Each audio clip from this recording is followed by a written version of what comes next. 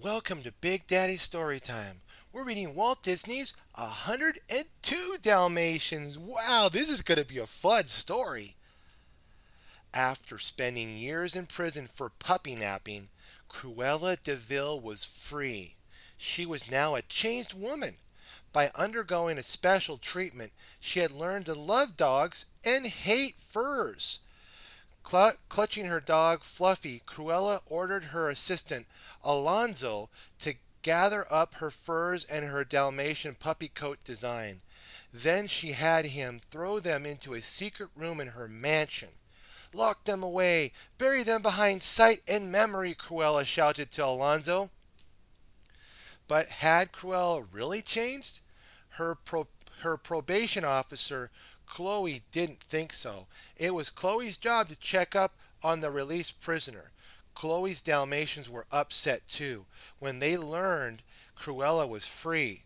After all, they had just welcomed three adorable puppies into the world. Chloe promised her dogs Dipstick and Dottie that she'd be keeping her eye on Cruella. Chloe and her dogs weren't the only ones with worries. Kevin, a young man who ran the Second Chance dog shelter, had worries too. The shelter was closing because it had run out of money. Kevin had several dogs of his own and a parrot named Wattlesworth.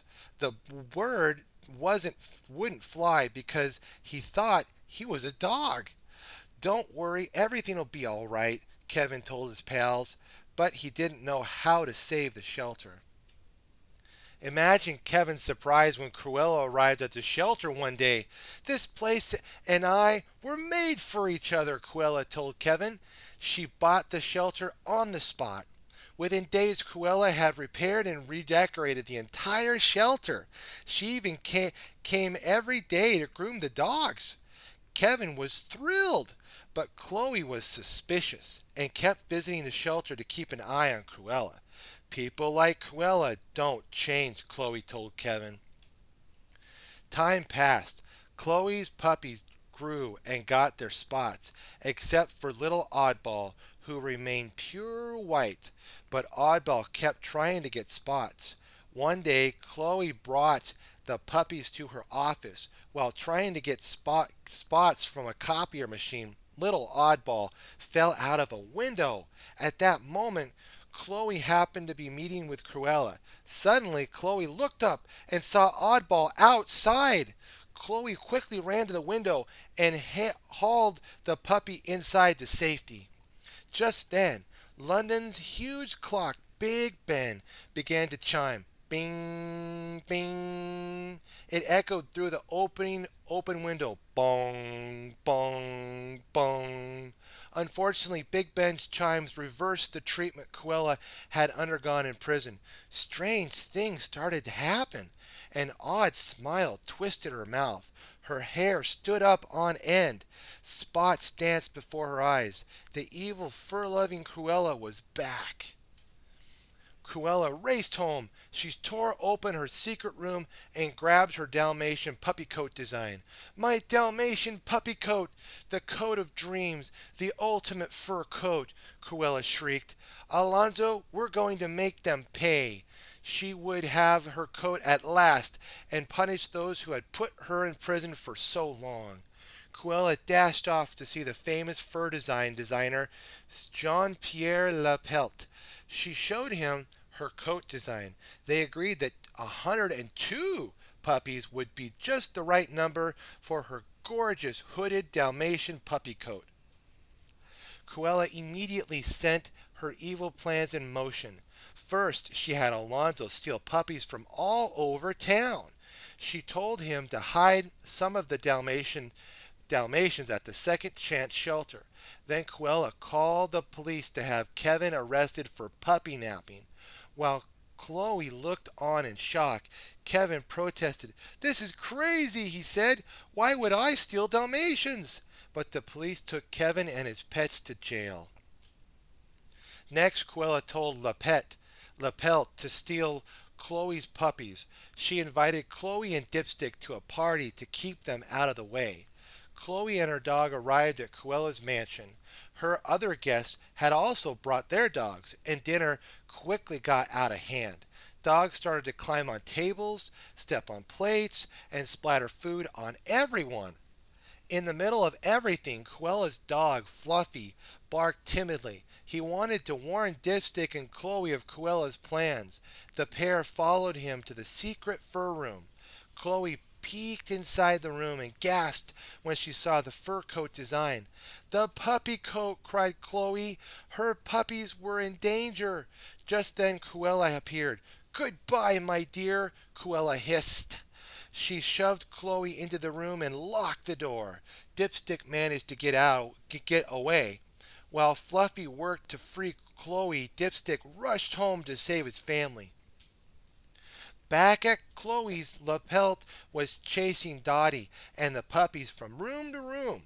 He smashed chairs, shattered books, and broke lamps. As the designer reached for Oddball, he darted to a window and barked for them. LaPelt finally grabbed the puppy and stuffed her into his bag. But another puppy nearby had heard her yips for help. Bark by bark, Oddball's call was passed from puppy to puppy. The Twilight Bark echoed across London. Kevin's parrot, Waddlesworth, heard it in jail. He understood that Chloe's puppies needed help. He took the keys from a sleeping guard and freed Kevin and the dogs. Together they raced toward Chloe's home. Dipstick had heard the Twilight Bark too. This made him run even faster. Chloe and Kevin reached Chloe's home at the same time. The mess was terrible, but worst of all, Dottie and the puppies had been stolen. How will we ever find them? Chloe thought. Kevin's dogs pawed through the debris. Finally, with an excited woof, woof, they uncovered a train ticket. It was LaPelt's. Paris, the Orient Express at 10. Chloe cried, looking at the ticket. "We can just make it." Meanwhile, Dipstick was almost home when he heard familiar barking coming from a truck. Dipstick knew it was his family. He quickly leapt onto the truck. The truck stopped at an alley outside the train station. When the truck's door opened, Dipstick lunged. He landed in Alonzo's arms, but after a struggle, Alonzo managed to shove Dipstick into a crate. Cruella was taking the puppies by train to LaPelt's workshop in Paris. But when she pulled Oddball from the bag, Cruella dropped the white puppy. "A rat!" Cruella shouted. "I asked for spotted dogs." Oddball scampered off into the train station. "Find that dog and get rid of it!" Cruella screamed at Alonzo. Racing through the station, Oddball dodged suitcases and ducked past feet. Alonzo puffed after her. Finally, he gave up and boarded the train to join Cruella and LaPelt. His truck, Cruella's car, and all the dogs were already aboard. "You took care of the rat?" Cruella asked him. "You will never see it again," Alonzo replied. The train began to move. Oddball ran after it, trying to jump aboard. Just then, Chloe, Kevin, and his pets arrived and saw Oddball on the tracks. "She'll be killed," Chloe cried out. It was then that Waddlesworth flew for the first time in his life. The bird snatched up Oddball and landed inside the train with a thump.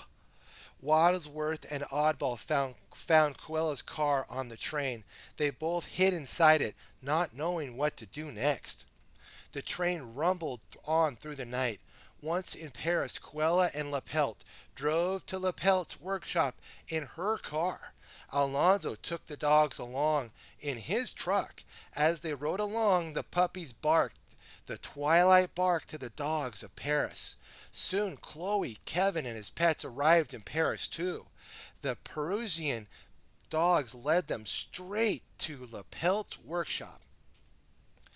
Meanwhile, Waddlesworth and Oddball had slipped into the workshop unnoticed by the workers. The noise on the workers' sewing machines filled the room. Luckily, Oddball could hear the other dogs in the cellar. But how would they ever get them out? Waddlesworth noticed a hole in the floor. If he could just make a larger one, he decided the puppies could escape through it. The parrot began to bite the soft wood with his sharp beak. When Kevin and Chloe reached LaPelt's workshop, they sneaked into the cellar through a trap door. Their pets agreed. They greeted them joyfully, that is. But then Cruella poked her head through the trap door. Aren't you in a tight spot?" she crackled as she slammed the door shut. The lock turned. Now everyone was trapped. Well, almost everyone. At that moment, Waddlesworth stuck his beak through the hole. Through the hole he had chewed. "Psst! Up here!" the parrot whispered. Working swiftly, Chloe and Kevin began passing the puppies up through the hole in the floor. Upstairs, Oddball led the puppies to a door. It was locked. Desperately looking for another way, she headed up a staircase. One by one, the puppies climbed the creaking stairs. It seemed as if they might get away when Cruella spotted them. "It's the little rat!" Cruella screamed when she saw Oddball. Then she turned toward Alonzo. "You lied to me, you worm!" She raced after the puppies. "You are a wormy little man," LaPelt agreed. Alonzo had had enough. He wanted to help the dogs. Alonzo tackled the fashion designer. Back and forth the two men wrestled until woof! Alonzo had the arms of LaPelt's coat stitched together by the one of the workers, with LaPelt in it. The designer stumbled and fell through the hole Waddlesworth had made in the floor. LaPelt was stuck in the hole. Alonzo rushed to the trap door. He opened it and set Kevin, Chloe, and the rest of the dogs free. In the meantime, Cruella was still chasing the puppies. She followed them up the stairs, across the attic, and out the window. Oddball urged the puppies across the narrow bridge to the bakery next door. Cruella tore after them. "This time it's personal," she screamed. Inside the bakery, the puppies dashed to safety as the Oddball tried to head off Cruella, but Cruella wouldn't be stopped. Grabbing a cable, she swung across the room, accidentally hitting a button with her foot. Clink, clink! The baking machinery came to life. Cruella lost her grip on the cable and fell into a huge mixing bowl of cake batter. The giant mixing bowl moved along a conveyor belt. "Ugh!" Cruella yelled as eggs splattered down upon her head. Cruella spluttered as she was covered with flour and milk. Round and round the mixing bowl turned. It churned Cruella into a mass of gloopy, gooey dough. Then it tipped over and poured Cruella glue into a huge cake pan. The cake was ready for baking. By now, Chloe and Kevin had arrived. Yapping joyfully, the dogs and their friends were reunited. Not long after, ding! The oven door opened and the cake came out with a crusty Cruella in the middle. Jumping on tubes of icing, the puppies decorated the Cruella cake. What fun! Outside the bakery, the Paris police were waiting to take a crummy Cruella off to jail once again. LaPelt was unstuck from the hole and arrested too. Everyone else was soon back in London. A few weeks later, Alonzo and Fluffy showed up at the Second Chance shelter with a big surprise. "I asked if I could have the pleasure of delivering this," Alonzo began. Cruella had been forced to give her entire fortune to the dogs. Judge's orders. Alonzo added. Everyone cheered, "Yay, yay!" The dogs would be safe now. But little Oddball barked the loudest. Everyone looked up to see her sitting happily in the dog sculpture at the front of the shelter. Soon they could see why she was so happy. The brave little puppy's fur was no longer pure white. Oddball had gotten her spots at last. What have we learned today, my friends? We have learned from Chloe and Kevin that when the puppies were in danger from the evil Cruella, they could save them by working together. Be happy, my friends. Be sure to like, favorite, and subscribe. Stay tuned for more Big Daddy Storytime. God bless.